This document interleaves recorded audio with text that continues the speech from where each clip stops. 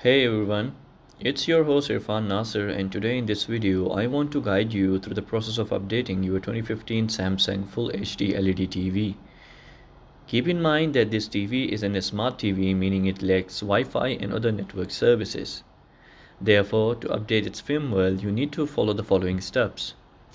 Firstly, visit Samsung's website and locate your TV's model number, typically found on the back of your TV, as shown here. Once you have entered the model number, a page will pop up and you should look for the firmware download option.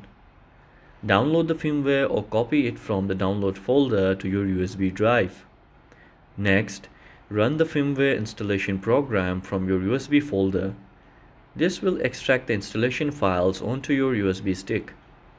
Disconnect the USB stick from your laptop and connect it to your TV. Navigate to the menu and head over to the System Software Update.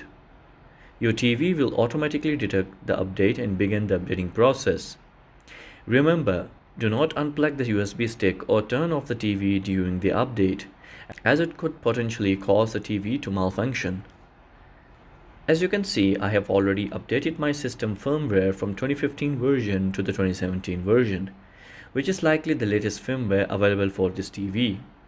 While I didn't notice significant differences between the old and the new software, it's still beneficial to have the latest firmware for your TV.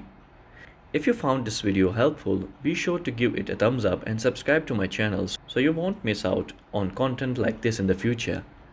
Thanks for watching and peace out.